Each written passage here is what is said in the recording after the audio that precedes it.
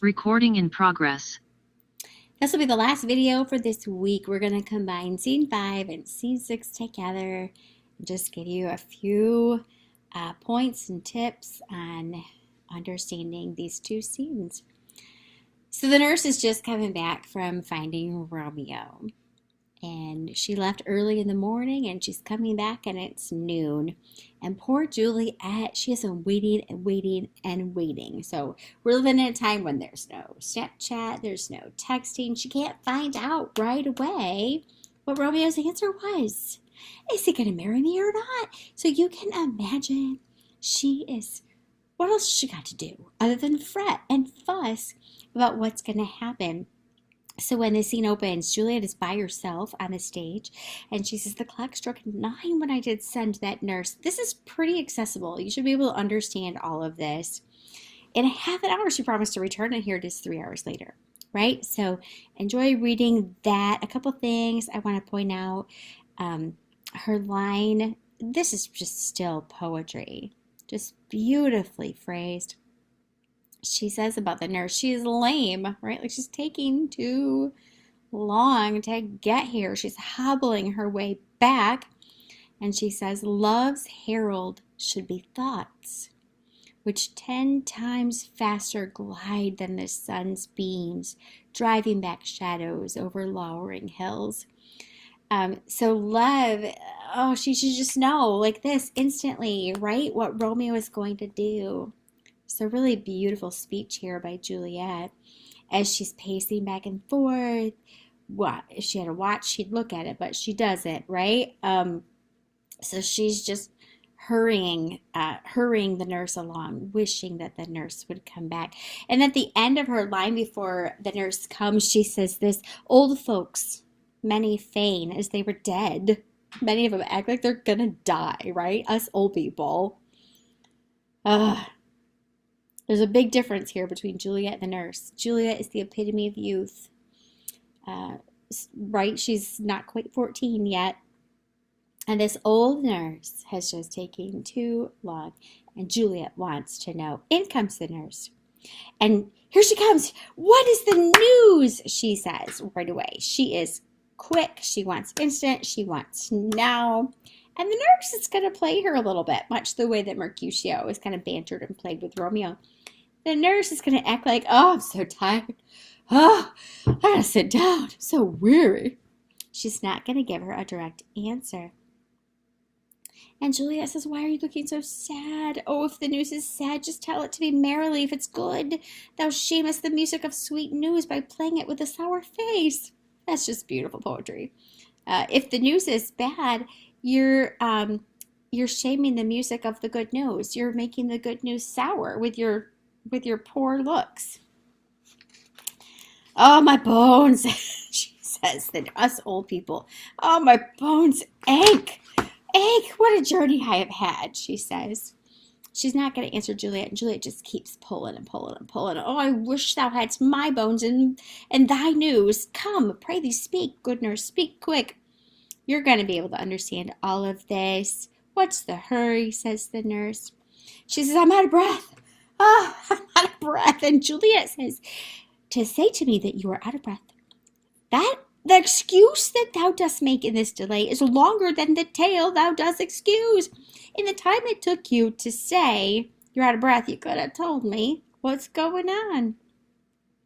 It's so great. Great bantering back and forth. She's going to keep going. What says he of our marriage? What of that? Oh, my headache. Ay. The nurse is really giving her a hard time. It's great contrast. Juliet wants instant gratification. The nurse is holding back. She has good news to tell, but she's keeping it close without giving it away right away.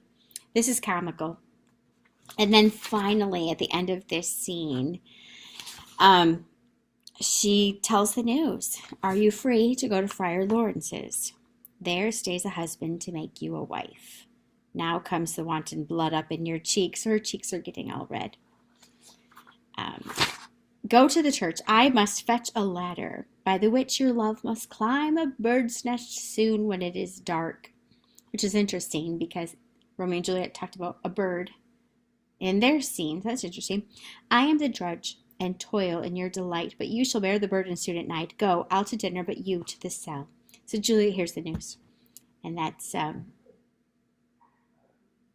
sorry, my husband is sneezing upstairs. I wasn't sure what that was. All right, this is good news for Juliet. And then the scene shifts to scene 6 with Friar Lawrence, Romeo, and eventually Juliet. And there, I did post the video of the Zeffirelli scene. To me, it's comical. I kind of laugh the way they stage that.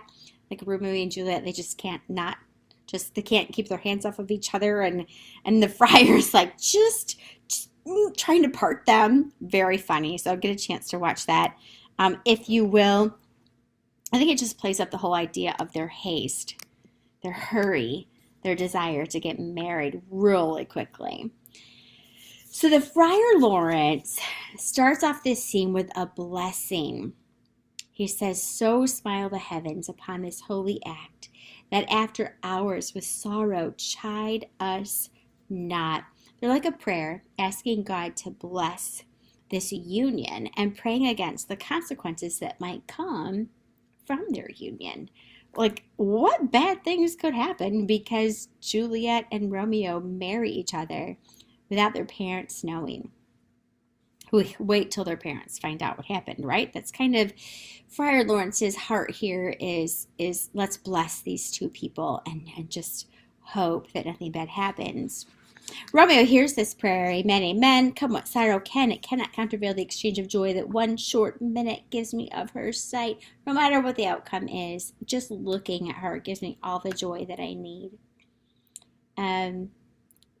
Do thou but close our hands with holy words, so marry us. Then, love devouring death, do what he dare. Death is like a character in this play. He keeps showing up. It's enough that I may call her mine. Is it? Is that true? Friar Lawrence. Okay, such good advice here. Us old people, we tend to see things like hastiness and rashness and a hurried behavior in young people. They just want instant gratification. And look at Friar Lawrence's advice. These violent delights have violent ends. So great contrast there. And in their triumph die. Love this image. Like fire and powder, which as they kiss consume the sweetest honey, is loathsome in its own deliciousness, and in the taste confounds the appetite. Okay, we got to pause and just look at these words. Hold on 1 second. Let's see if I can pull up this scene. I think it's this one right here. Yes, okay. So Romeo, I've highlighted death there and die. Look in the red. We see this language, right? And the friar says, these violent delights have violent ends, and in their triumph die like fire and powder. So what happens when fire and powder kiss? Like imagine gunpowder being lit. What happens? One, it moves very quickly, like lightning. And the friar says, which as they kiss, consume. The sweetest honey is loathsome in its deliciousness, and in the taste confounds the appetite. Like a little bit of honey is good, but a lot of it is bad. And he says this great advice: love moderately. Go slow. Long love doth so. And anybody that's married for a long time will tell you that the long love, that's what you want, right? Romeo and Juliet are so interested in satisfying this desire to get married right now. And if they just kind of slowed down a little bit, took their time to navigate this with intentionality and purpose and consideration of others and listening to advice. That's a verse I say to my kids all the time. Listen to advice and accept instruction that you may gain wisdom in the future. They should stop just a little bit. Okay, maybe it's just the parent in me. I'm like, slow down. Love moderately. Long love doth so. Too swift arrives as tardy as too slow. In comes Juliet. Here comes the lady. Oh, so light of foot will never wear out the everlasting flint. So flint is like a stone. And so we got this contrast of light foot and flint. What's my note on that? She's light and air, and a lover may bestride the gossamer that idles in the wanton summer air and yet not fall. So light is vanity. Juliet greets the friar, good even, and the friar, this should be very accessible to you as you read. Romeo shall thank thee, daughter, for us both, and the video does a great job of that. Romeo says this, Ah, Juliet, if the measure of thy joy, and remember measure is like both dancing language and music language, so got a little bit too much of a space there. If the measure of thy joy be heaped like mine, if you have as much joy as I do, and that thy skill be more to blaze in it, to set it out there, to start the fire and spread the news of our love, then sweeten with thy breath this neighbor air, and let rich music's tongue unfold the imagined happiness that both receive in either by this dear encounter. Okay, that's poetry. And he's being a little bit probably too poetic in this moment. Like, you tell it, Juliet. Again, Juliet's going to kind of take the lead here. And Romeo says, you have better skill than I do. Skill kind of reminds me of art, poetry, and you can put together a better description of our love than me. So he gives Juliet full rein. Well, conceit, she says, is another word that kind of like talks about form and poetry. It's an elaborate comparison, so it's a poetical term. And she's basically saying poetry is more rich in matter than in words. It brags of substance, not of ornament. So she says, I don't want to talk poetry, right? Let's talk about the realness of our love. And then she says, they are but beggars that can count their worth. So if you're a beggar for money, you probably don't have very much, so you can easily count it, right? But my true love is grown to such excess, I cannot sum up half of my wealth. That's what she says. Let me look at my book here. She has so much love, she can't count it. That's what she's saying. I can't put it into poetic terms. I can't use an elaborate comparison, and yet she kind of does there. So that's interesting. But she basically says, I can't put it into words. The friar says, come with me, and we will make short work.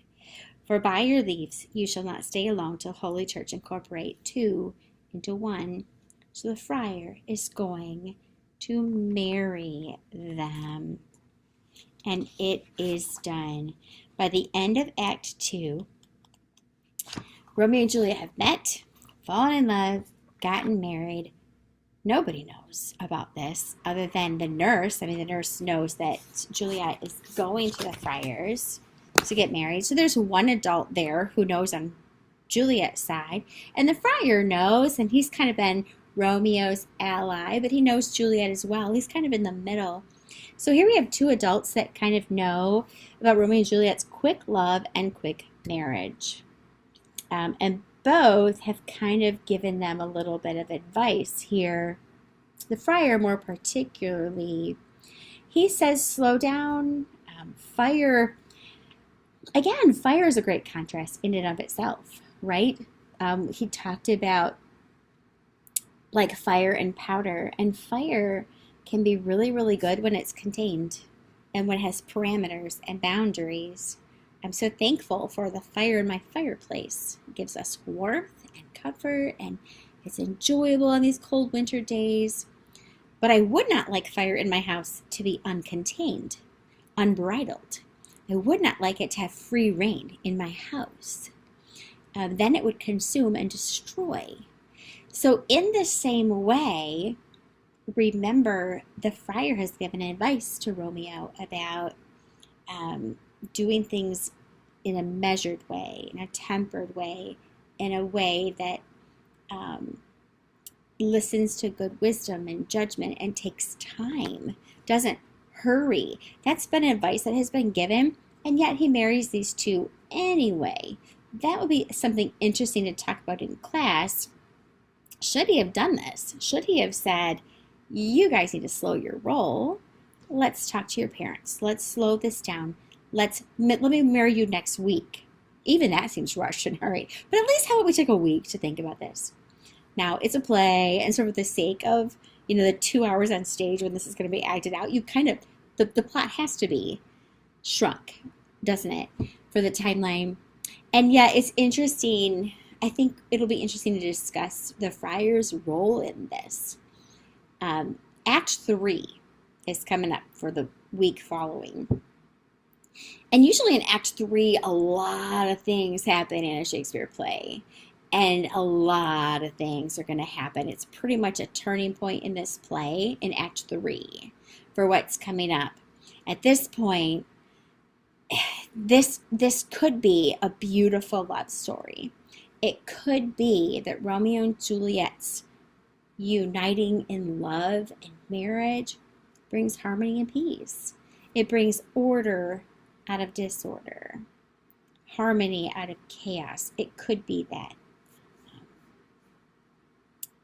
We'll keep reading. We'll see how this plays out. All right. God bless you.